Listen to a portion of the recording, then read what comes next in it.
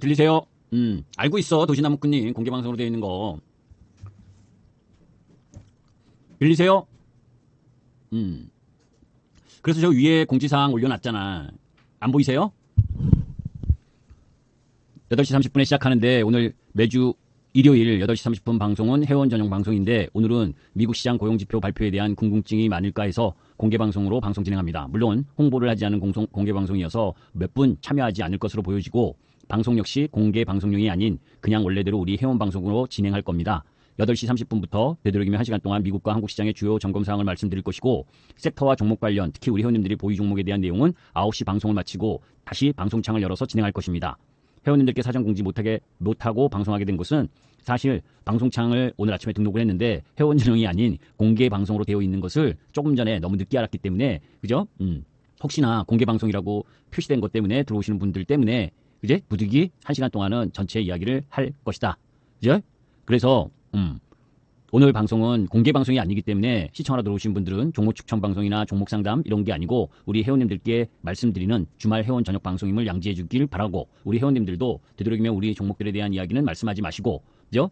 번거롭더라도 9시 반 그죠? 1시간 동안 공통적인 사항들을 이야기한 이후에 방송을 종료하고 우리 종목과 관련 내용과 관련돼서는 다시 열어서 말씀드릴 겁니다. 아셨죠? 알았다 1번.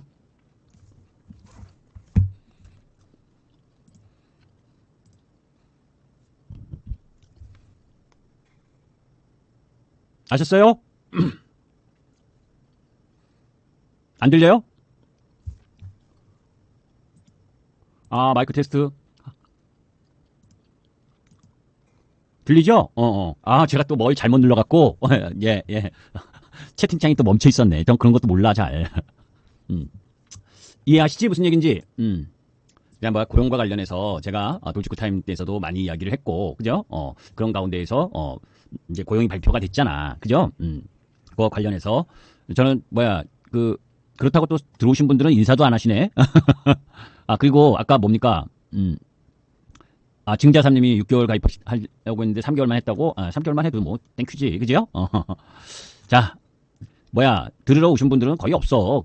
왜냐면 유튜브로 이렇게 송출 설정하고 하고 해야 되는데 그렇게 안 한 거기 때문에 몇 분 안 들어오실 거라고. 들어오셔봐 보니 무슨 얘기인지 아시죠? 그렇지. 제가 봐도 한 4-5분 들어오신 것 같네. 모르시는 분들은. 자, 그냥 원래대로 공개 방송이 아니라 우리가 저녁에 매번 방송하는 주말 저녁 방송용으로 말씀을 드릴 거예요. 아시죠? 연만주주님은 새로 보러 오신 분 같고, 그죠? 자, 미국 시장과 관련해서 먼저 점검을 할게요. 금요일 미국 시장의 움직임을 한번 보게 되면 자, 다우지수가 0.48%, 고용이 9시 반에 발표가 된 이후에 나스닥이 1.5% 이상 오르다가 마이너스까지 갔다가 결국은 약보합권으로 마감을 했죠. S&P 500도 약보합권으로 마감을 했고, 그죠? 러셀 2000 소용주들만 강세를 보였어. 그죠? 아, 그래요? 연만주주님? 그러시구나. 죄송. 제가 못 봤어가지고, 금요일 날. 일요일부터 들어오신 거구나. 예. 죄송합니다. 제가 못 알려. 저는 저 회원님이 들어오시고 나가는 걸 잘 이렇게 체크를 잘 안 해요. 그래서 잘 모르는데 나중에 이따가 방송할 때 보유하신 종목 질의도 좀 하시고 아셨죠? 자, 일단 시작하도록 하겠습니다. 자, 미국 시장 전반적으로 보면 약보합 마감했다. 우리가 금요일 날 여러분들께 어떤 이야기를 했어요? 기억나시죠? 우리가 미국 시장에서 고용 그죠? 그리고 실업률 이런 게 나올 텐데 전체적으로 외인들이 움직임으로 보면 크게 나쁠 게 없어 보인다. 그런 이야기를 이제 여러분들께 했었잖아. 그죠?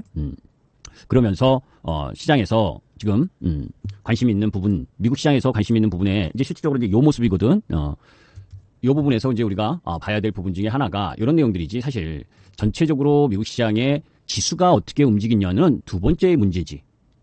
그죠? 두 번째 문제고 실질적으로는 그 발표한 이후에 어떤 모습으로 움직여질 거냐. 그래서 이제 제가 여러분들께 그런 이야기를 했잖아. 오늘 밤, 그러니까 금요일 고용지표를 경계하고 있는데 실업률이 예상외로 안 좋아서 4.3% 이상이 나오거나 아니면 비농업 고용이 5만 명 이하로 떨어지면서 경기 침체와 고물가 속 스태그플레이션에 대한 우려가 진행되면 시장이 하락할 수 있다. 그죠? 시장이 충격을 받을 수 있다. 그런데 그런 경계를 해야 함에도 불구하고 지금 시대는 피지컬 AI 시대로 넘어가는 초기고 인간의 고용과 일자리를 자동화와 또 로봇이 대체하고 있고 그리고 특히 미국은 트럼프 집권 후 저임금 이민자를 추방시키면서 일자리 감소가 예상되는 상황. 그러니까 고용과 실업률이 안 좋으면 단기적으로는 경기 민감주가 쇼크받겠지만 물론 화장품이나 소비재 이런 쪽도 영향을 받을 거고 그럼 어떤 섹터가 대안이 될 거냐. 그런 가운데에서 관세 부담이 적고 산업이 성장하는 쪽 그리고 엔비디아의 매출이 꺾였다고 AI 성장이 멈추는 게 아니니까 AI 성장과 맞물린 부분에서 여타 AI 관련주나 전력기기 그리고 전력원 그리고 금리 인하는 바이오주에게 플러스 요인을 보여주니까 임상 관련주보다는 기술 수출을 하는 바이오 관련주 그죠? 그런 가운데에서 나름 시장의 섹터 내에서도 종목의 실적과 성장 흐름을 보면서 성장이 좋은 종목으로 압축하는 과정 그게 필요하다라고 금요일날 여러분들께 말씀드렸었잖아. 그지? 자, 미국 시장으로 보게 되면 시장 지수가 약세로 마감을 했어. 나스닥이. 그런데 엔비디아 하락했어요. 2.7%. 마이크로소프트도 2.5% 하락을 했고 반면에 브로드컴이 9%, 9.4% 상승하고 테슬라, 오라클. 그죠? 상승할 님들은 상승하고 또 은행 관련주들은 약세를 보이고. 그죠? 그 여타 소형주들은 강세. 그죠? 이런 부분들이 진행됐다. 그죠? 자, 그러면 우리가 이제 곰곰이 살펴봐야지 어느 정도의 이 고용이었었는지. 그죠? 자, 고용 쇼크가 나왔어요. 지금 미국 일자리 쇼크가 2만 명대. 사실 예상은 7만 5천 명에서 8만 명이었다고. 실업률은 뭡니까? 4.3% 예상한 만큼 나왔고. 그죠? 거기에 이제 실업률 쪽에서 보게 되면 도매업이나 제조업 지역에서는 충격을 받았고, 의료나 사회 지원 이쪽에서는 늘었고, 또 연방정부 부분에서는 공공부문 감축에 따라서 15,000명이 줄었고, 다 예상됐었던 범위야. 그죠? 그런데 뭡니까? 이 전체적인 일자리 수, 신규 고용의 일자리 수가 7만 5천에서 8만 명 정도 예상을 했는데 2만 2천 명으로 요게 좀 쇼크했단 말이야. 그러니까 초반에는 미국 시장이 0.5bp 금리 인하에 대한 기대감이 진행되면서 상승을 했다가 이거 경기 침체 아니야? 경기 침체에 대한 우려가 아니야? 이러면서 다시 약세로 전환하면서 막판에는 혼조 마감을 한 상황이다 라고 보시면 돼. 자, 미국 시장 끝난 걸로만 보면 사실 2025년 4월 4일 날 그죠? 비농업 고용 한번 이쪽에 봅니다. 요 2025년 4월 그죠? 지금 2025년 1월부터 2025년 4월 이 미국 비농업자 농가 취업자 수를 보게 되면 계속해서 증가였잖아. 10만 명 이상이었고. 그죠? 그러다가 4, 5월 달에 충격이었고 4, 5월 달은 수정이어서 충격이었고 7월 그죠? 8만 3천 명이었는데 7만 3천 명으로 나왔고. 그죠? 요번에는 8월 고용이 7만 5천 명 정도 예상을 했는데 2만 2천 명으로 나왔고. 그죠? 가장 많은 쪽은 8만 3천까지 예상을 했는데 이게 2만 2천으로 나온 거예요. 이렇게 고용 쇼크를 확인하는 경우엔 경기 침체에 대한 공포가 나타날 수 있는 우려가 있는 거지. 그죠? 사실 이 고용과 관련된 부분에 있어서는 우리가 고용을 전수조사라는 거 아시잖아요. 그죠? 전수조사를 다 해서 하는 게 아니고 고용이 이 통계를 하는 데 있어서 한 40% 정도의 자료를 가지고 추정을 해서 고용 지표를 발표를 하는 거예요. 그러니까 전수조사처럼 이렇게 확실하지가 않기 때문에 전부 다를 가지고 조사를 한 게 아니고 40% 정도를 가지고 수치를 가지고 이 추정을 해서 발표를 하다 보니까 이후에 그죠? 틀린 경우가 많아지는 거예요. 무슨 말인지 아시죠? 그래서 실질적으로 이 고용과 연관돼서 이제 3등분 정도 해서 이야기를 하거든. 그러니까 신규 고용이 3만 2천 명 정도 나오는 수준, 요 정도가 가장 안 좋고 그리고 한 6만 명, 6만 4천 명 정도 이 정도면 그냥 소소한 부분 그리고 8만 2천 명 정도 되면 아주 좋은. 이래서 3만 2천 명 이하로 나오면 사실 워스트라고 할 만큼 안 좋은 지표가 발표된 게 맞아. 그죠? 예상치보다도 줄어들었고 그리고 우리가 3회 법칙하면서 이전에 한번 작년 8월 달에 충격을 받았을 때 그때처럼 안 좋은 흐름을 보여준 건 맞는데 그죠? 자, 그런데 그러면 미국 시장이 급락을 하지 않았어. 그죠? 미국 시장 차트를 다시 한번 큰 그림으로 한번 보도록 합니다.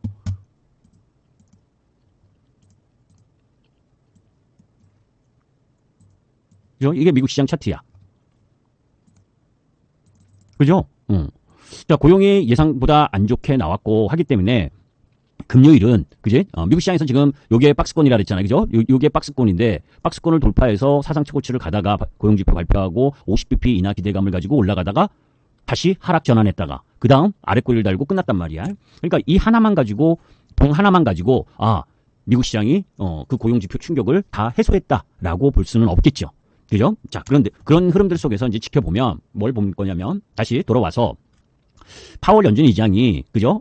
뭐 반반 발언을 했잖아. 지난번 8월 23일 날 FOMC 회의 때 그런 가운데에서 뭐 고용을 중요시 보겠다. 그런데 지금 문제는 고용이 저렇게 나오면서 그죠? 예상 밖으로 나오면서 충격을 받은 상황에서 왜 그러면 시장 지수는 뭐 급락하지도 급등하지도 않고 저렇게 뭐 아래꼬리를 다는 정도에서 마감을 했느냐?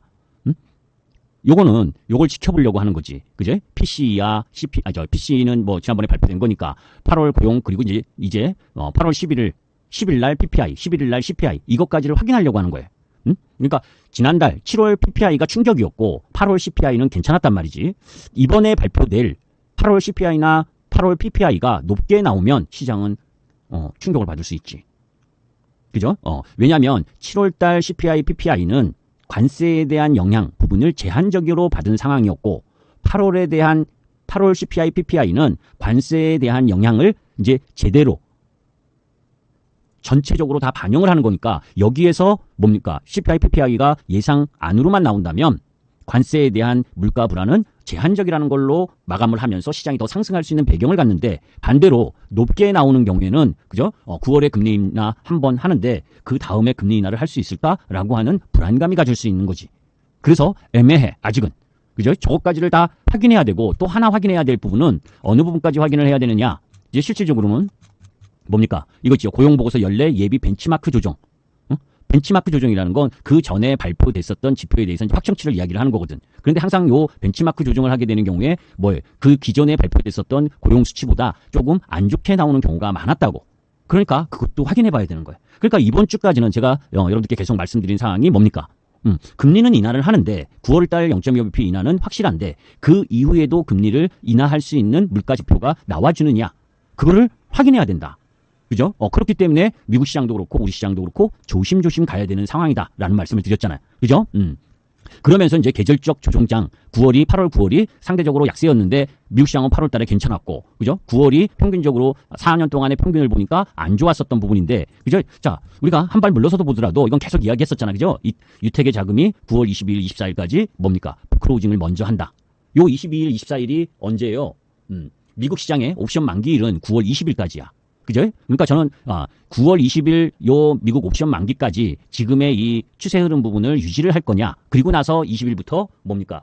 그 우리 시장으로 말하면 추석 전주에 안 좋아질 거냐. 그죠? 제가 항상 주식의 추세를 움직이는 데 있어서 추세의 변곡점은 언제라 그랬습니까? 옵션 만기, 실적 발표.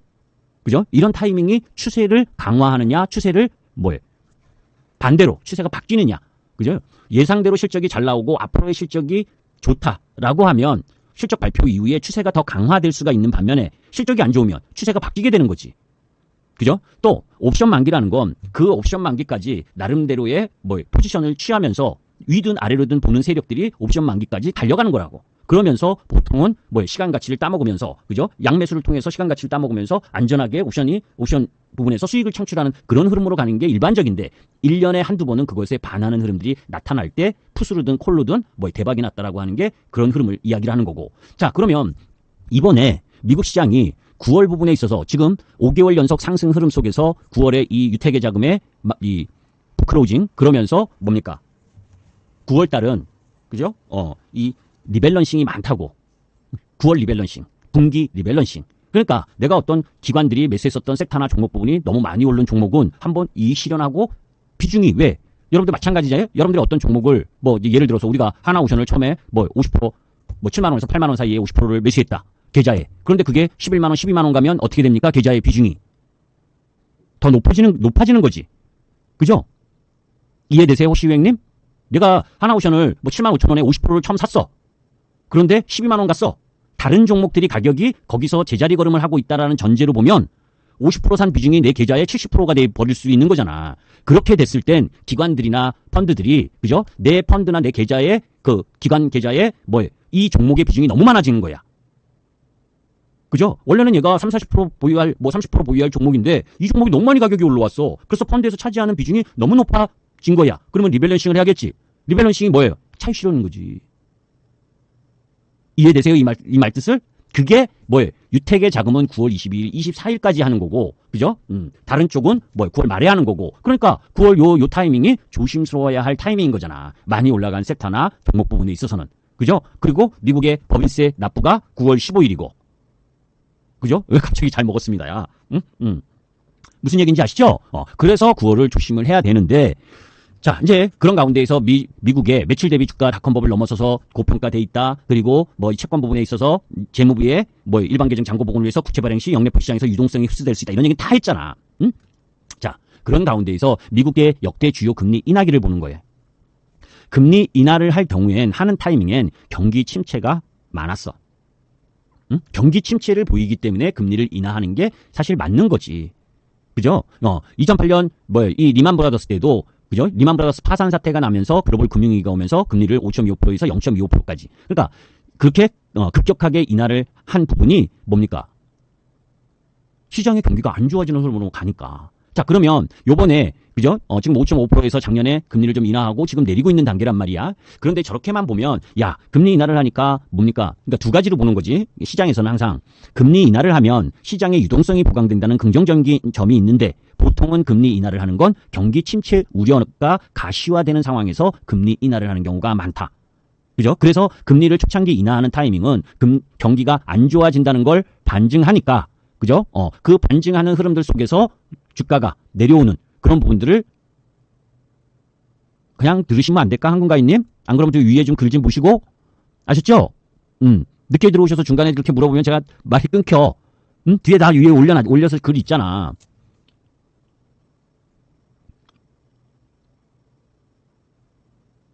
그죠? 무슨 얘기인지 아시지? 뭔 얘기가 많았어. 지금 이제 하려면 지금 저 시간이 지금 부족한데. 그런데 여기서 금리 인하가 만병통치약이 아니야. 항상 우리가 미국 시장의 이제 금리와 환율과 그리고 그 국채 금리 이것까지 다 연결에 대해서 봐야 되는데 지금은 이제 그것까지 다 보면 시간이 너무 많이 이야기를 하게 되니까 금리를 인하하는데 그죠? 경기 침체냐 아니냐 이게 중요한 거야. 그죠? 물가가 그냥 사실 여러분들 경기가 좋은데 물가가 내려가는 경우 봤습니까, 여러분들? 그런 적 있어요? 살아오시면서 경기가 좋다리는데 물가가 내려가는 경우 봤어? 없어요. 경기가 좋으면 물가는 자연스럽게 올라가게 돼 있는 거야. 그지? 반대로 경기가 안 좋아지면 물가가 내려가느냐? 그건 틀려. 그죠? 경기가 안 좋아도 물가가 올라갈 수가 있지. 그걸 우리가 스태그플레이션이라 그러잖아. 그죠? 지금 미국 시장을 어떻게 판단할까가 가장 중요한 거라고. 그죠? 지금 미국 경기가 앞으로 안 좋아질 가능성 때문에 금리를 인하해야 되는 상황이라면 시장은 급락해야 되는 거야. 특히 경기 민감주 위주로. 그런데 그죠? 지금 저는 뭡니까? 보험성 금리 인하 정도라고 보는 거야. 한마디로 이야기하면 여기서 그냥 방치하면 혹시 경기가 침체 국면으로 가지 않을까에 대한 금리 인하 성격이 더 강하다. 왜냐면 우리가 GDP 나우의 3분기 미국 경제 성장률 전망을 한번 봐봐요. 3.0이야. 그지? 3.0. 연간으로 봤을 때 계속해서 올라가고 있는 상황이잖아. 물론 내년에 보게 되면 지금 이거 우리나라하고 한미일 비교했을 때 미국은 뭡니까? 2.1%. 2025년 뭡니까? 이 2.1%에서 뭡니까? 조금 더 성장하느냐 아니면 여기서 뭐 횡보하느냐 이 정도인데 우리나라나 일본 같은 경우 특히 한국은 계속 내려오고 내년에는 1.6%니 뭐 이러고 있잖아. 그죠? 우리나라보다도 경제 성장률이 더 높아. 추이가. 그런데 경기 침체를 운운하는 건 그거는 넌센스지. 그죠? 경제 성장률이 높은데. 자, 그러면 지금 우려스러웠던 게 뭐냐? 그 전에 PC 발표하면서 물가가 올라갔었던 부분. 이것 때문인데 실질적으로 지금 유가도 60불대에서 안정적이고 미국의 뭡니까? 주택과 관련된 지표도 안정적이고 이런 흐름들 속에서 물가가 관세에 의해서 물가가 올라가는 건 계속 올라가는 게 아니잖아요, 여러분들. 그죠? 관세를 15%, 25% 매겨서 한번 미국 내에 물품이나 이런 판매품의 가격 정가를 10% 소비자에게 10% 했다. 그죠? 유통에서 5% 그리고 생산자가 5% 해서 하여튼 10%든 15%든 가격을 올렸다. 그러면 관세를 또 다시 올리지 않는 한은 관세에 의한 물가 충격은 일시적이라고. 이해되시죠? 이 말뜻을 잘 이해해야 돼. 그러면 그죠? 그 8월 달에 나오는 요번에 CPI, PPI까지가 조금 안 좋을 수는 있겠지만 그죠? 그 이후에 지속적으로 물가가 더 올라갈 위험도는 그렇게 크지 않다. 그러면 뭐예요, 여러분들? 그런 논란이 9월까지 아까 이야기했었던 이런 뭡니까? 9월에 이런 부클로징이나 그리고 리밸런싱이나 그리고 뭐 이런 CPI, PPI 발표 이런 노이즈로 9월은 조금 변동성이 센 조정도 나올 수 있겠지만 궁극적으로 이렇게 갈 수 있는 시장의 흐름. 어떤 흐름? 시장이 이런 식으로 9월에 다소 조정을 보이더라도 그 이후부터는 우리나라든 미국이든 더 올라갈 수 있는 흐름으로 갈 가능성이 높다는 거지. 자, 그러면 요 타이밍이 섹터가 다 올라가느냐? 그렇지 않다는 거지. 그죠? 자, 잘 보세요. 조금 전에 종목들 여러분들 섹터 종목들 보셨지만 시장 지수가 올라간다고 종목이 다 올라가느냐? 지금 아까 전 종목 차트 돌리다 보니까 이런 종목들이 있잖아. 종합주가 지수보다도 훨씬 못하죠. 해성 DS. 그죠? 바텍, 덴티움. 뭐 이런 종목이 한두 개야. 그지? 한두 개가 아니잖아. 그죠? 시장보다 못한 종목 부분들이 엄청나게 많아. 종합주가 지수, 코스닥 지수보다도 못한 종목들이 수태. 종합주가 지수가 급락해서 떨어진 게 아니죠. 그 이야기는 뭐예요? 시장 지수가, 미국 시장이 지수가 떨어진다고 해서, 미국 시장이 저 고용 충격 CPI, PPI로 약세를 보인다 해서 전체적으로 다 조정을 보이는 건 아니다. 그러니까 주식은 항상 상대적으로 움직인다는 거지. 어제 금요일 날 미국 시장에서 상승했었던 부분도, 그죠? 브로드콤이 오픈 AI 자체 AI 칩 생산해서, 오픈 AI가 자체 AI 칩 생산한다고 엔비디아 주가는 3%가 떨어졌는데, 브로드콤은 올라갔잖아. 그죠? 이미 이야기했었죠. 엔비디아는 뭡니까? 매출 성장률이 꺾였다. 그러니까 같은 AI라도 AI 산업은 성장하지만 엔비디아는 화웨이도 AI 칩을 만든대. 그죠? 그리고 앞으로 빅테크 기업들 중에 AI 자체 칩을 만드는 회사들이 더 많이 나올 확률이 높고 그러면 영업이익률이나 매출 성장률이 꺾일 수 있는 우려가 있는 부분이 있으니까 뭡니까? 엔비디아는 조정을 받았다. 반면에 다른 AI 쪽은 강세 보였잖아. 그지? 그러니까 동종 섹터 내에서도 그 기업이 처해 있는 위치에 따라서 틀려진다는 거지. 그거를 차트를 한번 보도록 합니다. 그죠? 엔비디아의 차트예요.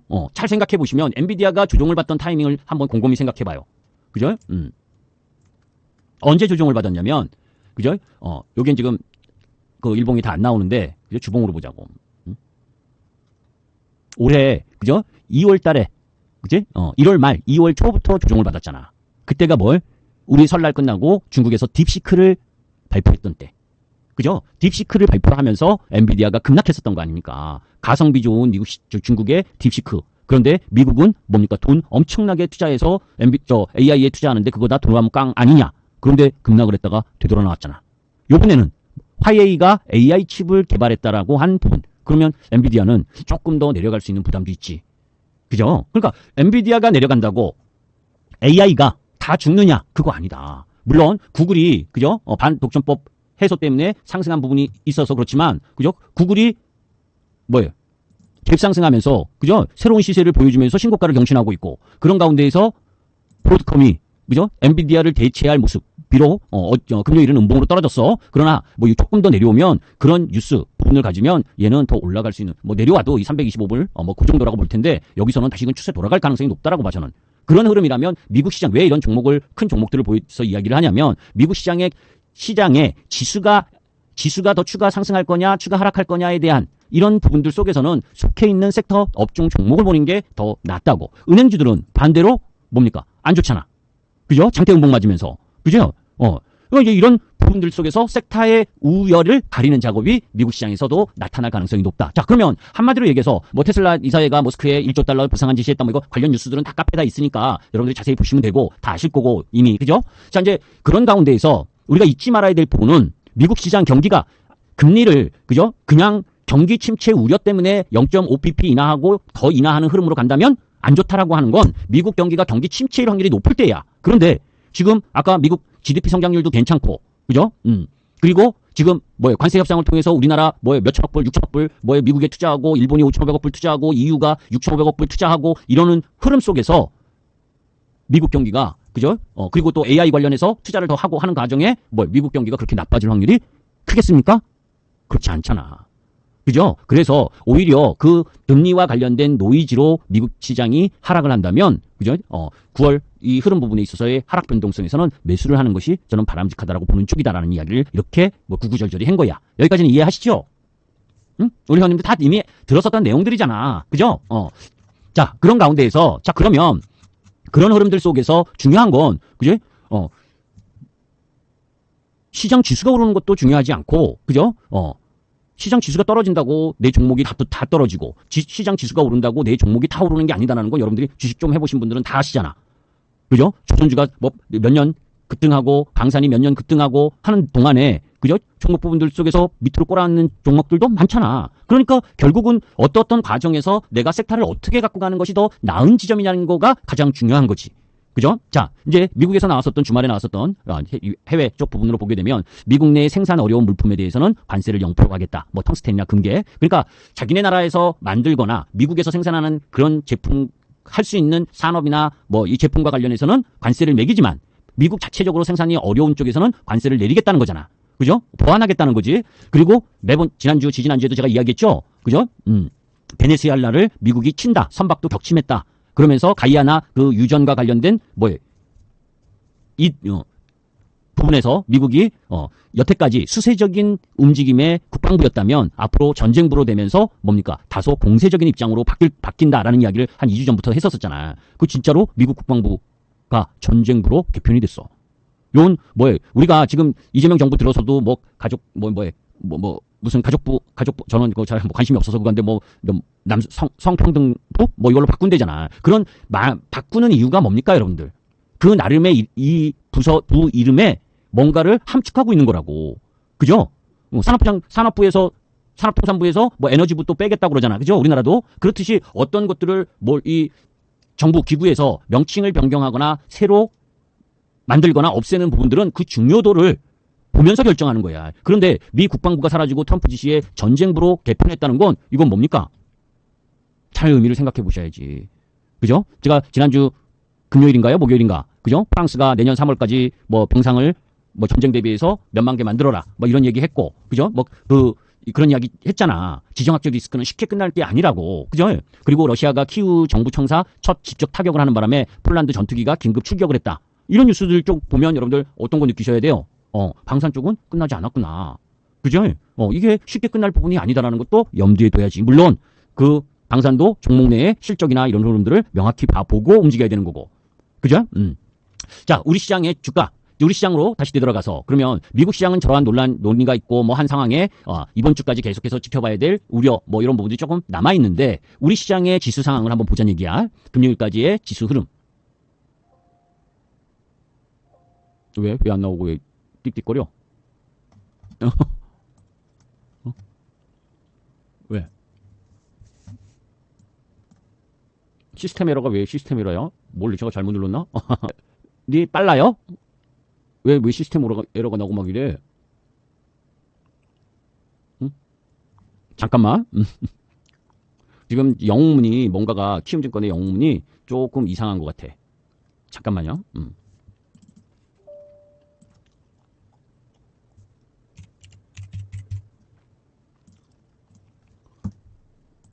자, 그러면 그거 켜지기 전에 먼저 영문을 다시 하기 전에 이거 보자고. 우리가 주식시장에서 개인 투자가들이 우리 이제 현인들 중에서도 마찬가지일 텐데 주가는 작용 반작용. 응? 지금 보여요? 요거는 요 내용은 김자삼님 못 오르는 걸까 안 떨어지는 걸까 이거 보여요? 보인다 1번. 안 보여요? 다시 그러면. 보이죠? 우리가 이제 주식은 작용, 반작용, 관성의 법칙 이런 거 주식이 작용하는 거잖아. 그죠? 관성의 법칙, 가속도. 그래서 주가가 올라갈 때도 관성이 있고 그리고 그 올라가는 탄력에 의해서 뭡니까? 추격 매수가 붙으면 가속도가 생기고 그 가속도가 생겼을 때 잘 이익 실현을 하고 재매수를 하는 거. 그게 뭐예요? 선수들인 거지. 그죠? 그래서 제가 여러분들께도 우리 주도 종목을 할 때 그죠? 너무 세게 빨리 올라가면 비중을 좀 줄였다가 밑에 오면 다시 사고 하는 게 관성, 가속도, 그죠? 그러면서 반작용 이런 거를 다 염두에 두고 하는 매매라고. 이해되시지? 주가는 상승할 때 상승 추세로 가는 작용과 그리고 반작용, 조정, 그리고 다시 뭡니까? 상승. 이렇게 하면서 주가가 우상향하는 추세를 가지는 그런 흐름으로 갈 때가 있고 떨어질 때도 주가가 하락한 다음에 그죠? 그 반작용으로 반등을 하는데 개인 투자가들이 그걸 구별을 못해. 그지? 하락하다가 반등하는 거를 뭡니까? 상승인 줄 알고 쫓아가다가 다시 물려 들어간단 말이에요.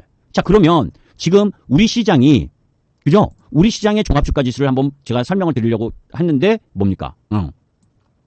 그거 한 거라고. 지금 조금 뻑이 나갔고 그죠? 다시 그거 키는 켰는데 잠깐만.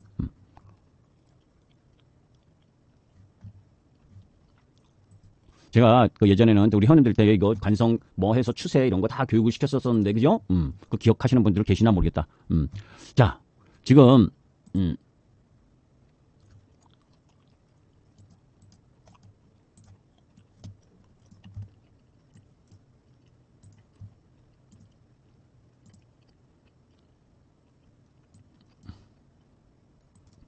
자, 이거예요. 자, 우리 시장이, 그제? 1차 상승을 했고, 그죠? 쉬고, 2차 상승을 쭉 했잖아. 그죠? 그리고 나서 이제 쉬고 있는데, 이제 큰 그림으로 보면, 이제 우리 시장도 아까 미국 시장처럼, 여기서 아래로는 요 하단, 위로는 여기 박스, 상단, 이렇게 움직이고 있는 중인 거야. 아까 그 그림으로 봤을 때, 그죠? 지금 요거 그림 다시 보려면, 지금 못 오르는 거냐, 안 떨어지는 거냐를 어떻게 생각하는 것이 나은 거라는 걸 보는 거야. 그죠? 금요일 날도 여러분들께 이런 말씀을 드렸잖아. 무슨 이야기냐면 고용지표와 관련돼서 여러분들뿐만이 아니라 대한민국에 주식하는 모든 사람들은 미국 고용지표와 연관된 부분을 확인하고 싶어 한다. 왜? 그걸 방송이나 저도 그렇고 누구나도 미국 고용과 관련된 지표가 저도 한 잔 먹고 싶어. 증자스럽네. 그죠? 중요시 생각한다. 그런데 중요한 건 주식은 예상도 하고 대응도 하는 거예요. 그죠? 제가 아까 이런 이야기를 했었잖아요. 그죠? 주식은 어떤 지표가 발표가 될 거를 예상을 해서 그 예상을 한 부분을 좋게 볼 거냐 나쁘게 볼 거냐 이 예상을 해서 나는 포지션을 어떻게 갖고 갈 거고 그래서 실제로 어떤 수치가 나왔을 때 나는 어떻게 대응할 거냐 이거를 염두에 두고 가는 거야. 그래야 내 종목의 섹터가 지금 이 시장에 맞느냐 안 맞느냐를 확인할 수 있는 거지. 그래서 이런 시황을 공부를 하는 거라고. 그냥 내 종목에 지금 여러분들 금요일날 가장 셌었던 섹터가 무슨 섹터인지 아세요 혹시? 금요일날 가장 셌었던 섹터. 헬스일레님. 바이오. 예, 이 좋은 날 세븐님. 바이오. 자, 그죠? 기술 수출 관련주들, 올릭스라든지, 그죠? 저 ABL 바이오라든지, 니가캠 바이오, 뭐 메디포스트, 휴메딕스, 뭐 이런, 바이오 쪽이 가장 셌잖아. 그게 왜? 금리 인하에 대한 기대감이 크고, 뭡니까? 관세에 대한 영향이 없고. 그죠? 그건 금요일이고, 요 최근을 보면 여러분들 어떤 섹터들이 세? 로봇. 그죠? 바이오. 그지? 로봇 바이오가 가장 센 거 아니야. 그 다음에 뭡니까? 통신도 좀 셌고. 그죠? 조선 엔진 기자재. 이쪽이 셌고. 그죠? 이런 공통점이 뭐예요, 여러분들? 그나마,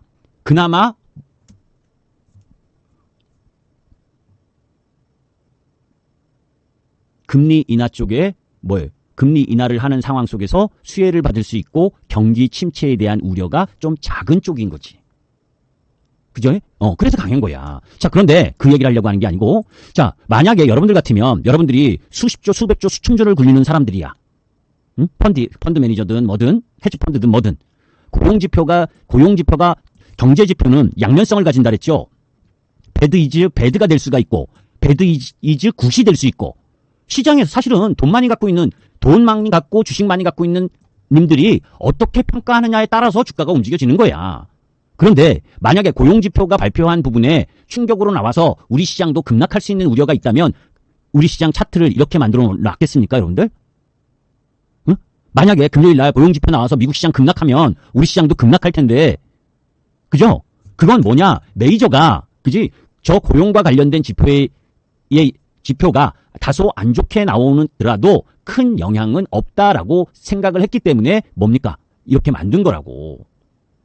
박스를. 그지? 그럼 그렇게 만드는 주체가 누구냐? 그게 중요하잖아. 그죠? 최근 금요일날 또 우리 하느님들께 이야기했던 거지만 외인들이 적극적으로 매도 의사가 없다.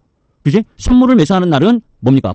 프로그램 매수를 동반해서 지수를 좀 받쳐주고 선물을 매도하는 날은 현물을 매수하고 주식을 매수하는 날은 선물을 좀 매도하고. 그죠? 그러니까 흐름으로 봐서 이게 일별 동향인데 코스피 보면 그죠? 오히려 고용지표 발표 앞두고 금요일날 소폭 매도했지만 화수목은 1조 가까이 화수목에 매수를 했어. 그죠? 코스닥도 마찬가지 매수 쪽 라인으로 들어섰고 선물은 매수했다 매도했다. 그죠? 8,000계약 매수했다가 6,000계약 이틀 동안 매도하고 다시 3,000계약 매수하고. 그러면 이 수급 구조로 보면 당분간 박스구나. 미국 고용이 어떻든 뭐 하든 그죠? 크게 염려하지 않는구나. 왜 외국인들이 흐름이 중요하냐? 외국인들이 우리 주식의 전체 주식 비중의 33%를 보유하고 있으니까 3분의 1을 보유하고 있는 외국인이 그죠? 크게 움직이지를 않는구나. 그러면 우리 시장은 뭡니까? 여기에서 섹타만 조정해주면 되는구나. 그죠? 섹타만. 9월 달에 아까 이야기했지만 미국 시장이 조정받으면 뭐가 조정받는다 그랬어요? 경기 침체 우려로 경기 민감주가 조정받는 거니까. 그죠? 경기 민감한 데에서 조금 자유로운 쪽이고 금리의 인하가 경기가 침체 이런 쪽으로 가는 우려 속에서 나오면 0.25%가 아니라 0.5bp든 올해 남아있는 기간에 2번이 아니고 3번이든 금리 인하를 할 수 있는 배경이니까. 그죠? 경기 민감주가 아닌 경기에서 자유로운 쪽. 그게 뭡니까? 사실 바이오, 로봇. 그죠? 뭐 이런 쪽 라인들 아니야. 그리고 실적 있는 쪽 라인은 방산, 조선. 그죠? 전력기기. 이런 쪽 라인이고. 이런 쪽은 금리 인하와 경기와 그렇게 크게 연관성이 크지 않으니까. 이해되세요? 여기까지? 그 포커스가 진행되는 거라고. 그래서 미국 시장으로 보게 되면 우리 시장으로 보면 이번 뭡니까?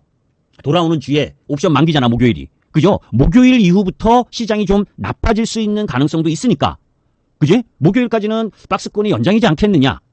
그런 쪽으로 바라보는 거고, 미국 시장은, 그죠? 미국 시장은 뭐예요? 그 다음 주 금요일 날 만기니까 그때까지는 이 포지션 움직임으로 갈 가능성이 크다라는 쪽으로 바라보면서, 그죠? 9월 흐름을 잘 보고 진행을 한 다음에, 그죠? 섹타상 움직임 부분을 진행을 한 다음에 큰 흐름 부분은 10월로 봐야 되는 거지. 왜냐? 우리 시장에 있어서 우리 시장을 아주 좋게 보지는 않는 부분은 일단 지난 돈집구에서도 얘기했지만 수출 모멘텀이 약해졌다 그랬잖아. 그죠? 그래서 8월달 수출이 미국이나 EU나 일본이나 중국이나 수출 쪽이 다 안 좋았다. 그러면 실적으로 보면 7, 8, 9, 3개월이 그죠? 9월달까지 가지고 10월 말 11월부터 이제 실적 발표잖아. 그러면 3, 4분기 실적은 2, 4분기보다 안 좋을 가능성이 높은 섹터 부분은 되도록이면 건들지 말아야지. 그죠? 그런데 바이오나 로봇은 실적으로 움직이는 애들이 아니잖아. 그죠? 실적 발표 전까지는 그냥 내러티브로 움직이는 애들이지. 그죠? 이 말뜻을 잘 이해하셔야 돼. 로봇이나 뭡니까? 바이오 쪽은 실적으로 바라보는 섹터 종목이 아니야. 성장으로 바라보는 거고 성장으로 바라보는 건 금리 인하하는 게 인하가 그죠? 주달 자금에 대해서 부담을 줄여주니까 양호한 거라고. 그러나 그네들은 언제는 팔아야 되는 거예요. 10월달 전에는 팔아야 10월 라인 길게 갖고 가도 10월 초 내에서는 멈춰야지. 왜? 10월 말 11월 달에는 다시 실적으로 관심 가지면 뭡니까? 로봇이나 바이오는 실적에서는 깨갱이니까. 그죠? 실적 타이밍이 아니기 때문에 지금 노란봉투법이니 이것 때문에 로봇이 좀 움직여주고 바이오는 기술 수출 관련 바이오를 위주로 해서 올려주는 거라고. 금리 인하 기대감으로. 그런데 얘네 섹터들은 실적 섹터가 오면 실적 시기가 발표하는 시기가 오면 안 좋은 거란 말이야. 그러니까 지금 9월 달은 로봇하고 바이오나 이런 쪽은 괜찮은 범위 내에서 움직일 가능성이 높지. 이해되시죠? 여기까지는.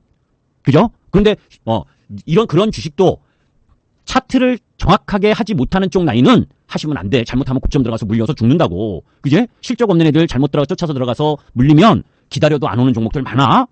그런 성장성에 대한 부각으로만 올라가는 거기 때문에. 그죠? 그런 부분을 다 고려해야 된다. 자, 그러면 이제 국내적인 뉴스가 어떤 게 주말에 나왔느냐. 그죠? 요것도 봐야지. 그죠? 자, 사실, 그죠? 이 뉴스들 많은 것 중에 가장 핵심 뉴스가 뭡니까, 여러분들? 여러 가지 다 핵심 뉴스가 아닌 게 없지. 하도 이 주시장은 뉴스들이 많으니까, 그죠? 자, 사실, 요거, 현대차와 LG 엔솔에 대한 뭡니까? 미국 이민자국에서, 그죠? 진압을 했잖아, 그지? 그거 다 아시죠, 뉴스? 응? 미국, 한국인 요 석방 교섭만 이제 마무리가 됐대. 그런데, 자, 요거는 여러 가지를 생각해 봐야 될 내용이에요. 이건 정치적인 걸 떠나서, 우리 한미 정상회담 하면서 협상회담 한 지가 얼마나 됐습니까? 8월 25일 날 했잖아. 그죠? 지금 보름밖에 안 지났어. 보름 조금 지나고 있는, 보름 지났나? 열흘 지났나? 보름도 안 됐지? 그런데 미국 시장에, 미국의 기업들 중에, 그죠? 제가 아까도 불법 이민자 추방 이게 트럼프가 계속 하고 있었기 때문에 고용이 저임금 노동 시장이 줄어들고 있기 때문에 고용이 낮게 나올 것이라는 걸 다 알고 있는 내용이잖아. 알 수 있는 내용. 자, 이제 무슨 걸 이야기를 하는 거냐면 한미 협상 부분이 지난번에 트럼프가 한미 협상한 이후에 2시간 만에 그 온라인 플랫폼법과 연관된 그지? EU와 우리나라를 대상으로 해서 SNS에 글을 쭉 올렸던 걸 한번 소개시켜드린 적이 있잖아. 돌직구 타이밍에서. 기억나시죠? 응? 그게, 그죠? 지금 미국의 빅테크 기업들, 온라인 기업들을 규제할 수 있는 내용이단 말이야. EU가 하고 있는 것도 그렇고 우리나라 온라인 플랫폼법도 마찬가지고. 근데 그게 형평성이 있어야 되는데 그게 지금 만들어지는 흐름들로 보게 되면 그것에 대해서 미국이 반발하는 것뿐만이 아니라 여하튼 협상이 잘 돼서 됐다면 이런 일은 나올 일이 없지. 응? 무슨 얘기인지 아시죠? 왜 미국이 이민국이 현대차하고 LG 엔솔을 기습을 했느냐? 미국하고의 무역 협상 중에 뭔가가 틀어진 게 있는 거야. 응? 틀어진 게 있는 거라고. 그러니까 뭔가 우리나라에 대한 뭡니까? 압박의 수순으로 하나 작용을 시행을 한 거다라고 저는 봐. 지금 나오는 걸로 보면 이쪽 진영이는 저쪽 진영이는 아전 인수식으로 해석하지 말고, 그죠? 우리가 6천억 불을 미국 시장에 투자하는 거 아닙니까? 거의 5,500억 불, 6,500억 불 그 사이로. 그런데 지금 그게 이제 농축산이든 뭐든 뭐 여러 가지가 있고 뭐 어느 것 때문인지는 구체적으로 저도 여러분도 알 수 있는 게 없잖아. 추정만 하는 거지. 그런데 실제로는 미국에서 기업들이, 그죠? 미국에 진출해 있는 기업들이 알게 모르게 이 불법 이민자라든지 그리고 그 비자도, 그죠? 비자도 정식 그게 아니고 뭐 여행 비자 이런 걸로 가서 일하는 경우가 많아. 그죠? 그게 관행이었고. 근데 그 관행을 뿌리 뽑는데 하필 타겟이 현대차하고 LG 엔솔이 된 거지. 그죠? 그 우리나라 기업만 그렇겠냐고. 거기에 진출해 있는 일본이나 뭐 유럽 뭐 이런 기업들도 분명히, 왜냐면 잘 생각해 보셔요, 여러분들. 기업 입장에선 미국인 노동자, 비싼 노동자를 직원으로 채용하는 것보다, 그죠? 저임금을 채용하거나 아니면 쓸데없는 이야기 하지 마시고, 아시지? 무슨 얘기, 다른 얘기 자꾸 이야기하면 제가 말이 꼬여서 말이 빨리빨리 못해지만 시간이 지금 이제 얼마 남지도 않았는데 빨리 지금 끝내야 될 시간인데, 그죠? 여튼 그런 라인에서 일정 정도의 뭔가가 일이 있는 거야. 그죠? 그런데 미국 입장에서 보면 틀린 말도 아니야. 왜? 정식으로 미국 노동자를 고용하지 않고, 그죠? 불법 이민자를 채용하거나 또 한국에서 그 취업 비자도 아닌 뭡니까? 여행 비자를 들어가서 일을 하는 건 잘못된 거지. 관행이어도. 미국 입장으로 바라보면. 그런데 왜 하필 LG고 현대차냐? 이거는 노란포드법하고도 일정 정도 연결이 있다. 응? 현대차 미국에 가 있는 쪽 라인 부분에서 현대차 노조하고, 그죠? 그 미국에 있는 현대차 노조하고 미국에 있는 그 반트럼프 진영하고 7월 31일 날 뉴욕에서 시위를 했는데 거기 시위에 뭡니까? 주한미군 철수라든지 그게 트럼프 또라이 이런 내용들이 있었다. 그러니까 이런 복합적인 여러 개가 맞물렸다. 그죠? 지난번에 한번 여러분들께 말씀드린 적 있죠? 트럼프가 뭡니까? 이 마스가 조선 이거 프로젝트 하는데도, 그죠? 나이 많은 노조 직원들은 보내지 말라. 뭐 이런 내용 제가 이야기했던 적 있잖아. 그제? 이런 부분들하고도 일정 정도 연결이 돼 있는 거야. 그러니까 바이든의 치적이기도 하죠. LG 엔솔 공장은. 그러니까 바이든 행적을 내려앉히기 위한 부분도 있고, 이런 여러 가지 우리나라하고의 한미 교섭 이런 부분에서의 불협화음도 있고, 이런 여러 가지가 있을 수 있다는 걸 전제하면 뭡니까? 다행히 지금 행정 절차로 이렇게 석방 교섭 마무리가 된 거 보면, 그죠? 다행스러운 거야, 이거는. 만약에 그렇지 이게 길어지면, 지금 아직도 자동차 25% 관세로 수출하고 있는 상황에서 그 행정명령이 서명이 안 되면 우리나라만 손해 아닙니까? 15%가 빨리 결정이 안 되면.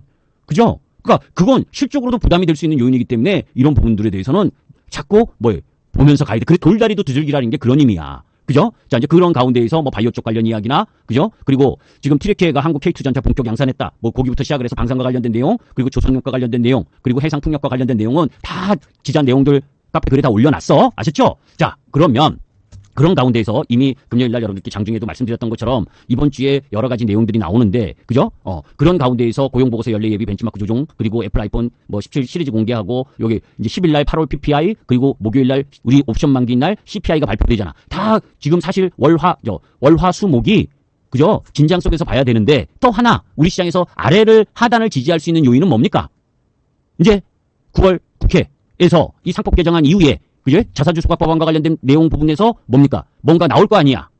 그지? 그래서 지난주에도 여러분들께 말씀드렸었잖아. SK라든지 지주사, HD현대라든지, 그죠? KCC라든지 이런 지주사 쪽 라인 부분이 요번 주에는 뭔가 하단을 지지해 줄 수 있는 역할도 할 수 있겠지.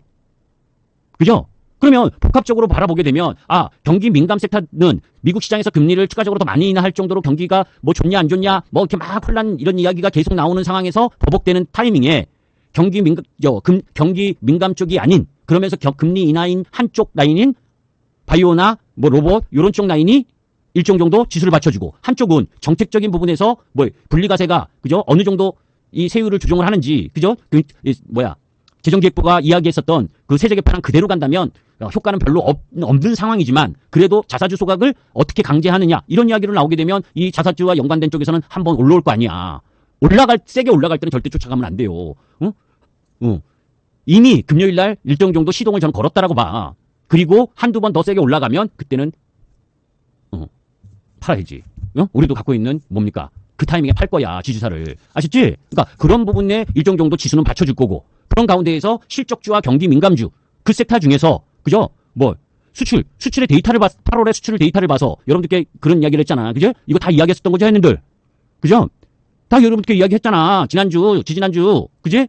수출 데이터가 수출 실적이 안 좋은데 그죠? 섹터에서 안 좋은 애들은 피해라. 화장품. 안 좋다. 그죠? 그래서 화장품 APR하고 에이블 CNC 딱 2개 빼놓고는 다 망하고 있다. 그죠? 그래서 실리콘토나 VT, 달바글로벌 다 박살이잖아. 대신 라면은 그 안 좋은 상황에도 13.9%, 삼양식품 기술적 차트로는 내일 한번 올라갈 만한 위치에 놓여져 있죠. 의료기기 안 좋지 14.5%. 그죠? 14.5% 감소. 변압기 좋지. 그래서 변압기 쪽에 누구라 그랬어요, 여러분들? 고용량 변압기. 미국 시장에 진출되어 있어 증설을 하는 쪽. 그쪽으로만 타겟을 잘 잡아야 된다. 그죠? 그리고 로봇 쪽과 관련된 부분은 실적이 안 돼서 저는 권하고 싶진 않지만 그래도 그런 쪽 부분에 움직여진다. 이런 부분들을 가지고 여러분들이 이번 주도 그런 부분에서 노는 게 맞다라는 쪽이야. 그런 가운데에서 실적 관련 섹터, 그죠? 관세 영향력이 작은 쪽, 이런 쪽으로 포커스를 맞추고 움직이다가, 그죠? 추석 전주간, 이번 주에는 우리 시장 옵션 만기, 다음 주는 미국 시장 옵션 만기, 그 다음 주는 추석 전주야. 그죠? 추석 전주에 좋은 적 한 번도 없었어. 알고 계시지? 그러니까 지금 뭡니까? 요번 주, 다음 주를 어떻게 잘 구상해 나가느냐? 섹터 종목 부분들을 어떻게 잘 갖고 갈 거냐? 이런 것들을 여러분들이 잘 해야지. 우리는 그거에 맞춰서 잘 포트가 구성되어 있다. 그죠, 현님들? 맞아, 아니야. 다 이런 거를 기본 배경으로. 그래서 기본적으로는 미국 시장의 금리, 고용, 이런 부분에 노이즈에 너무 흔들릴 필요는 없다. 아셨죠? 그런 가운데에서 섹터 변화만 가져가면 된다라는 게 기본 생각입니다. 아시죠? 조금 늦어졌지, 그지? 우리 회원님들 지금 몇 분이나 들어와 계시지? 7번 한번 쳐보세요. 이거 지금 바로 방송 이제 끝날 거고, 그죠? 우리가 보유한 종목 부분들에 대한 이야기를 조금 이따 하도록 하겠습니다.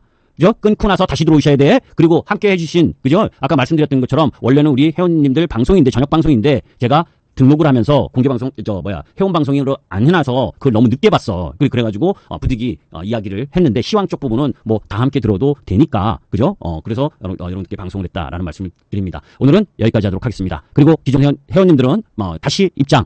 아셨죠? 끊으면 끊고 다시 입장. 오케이?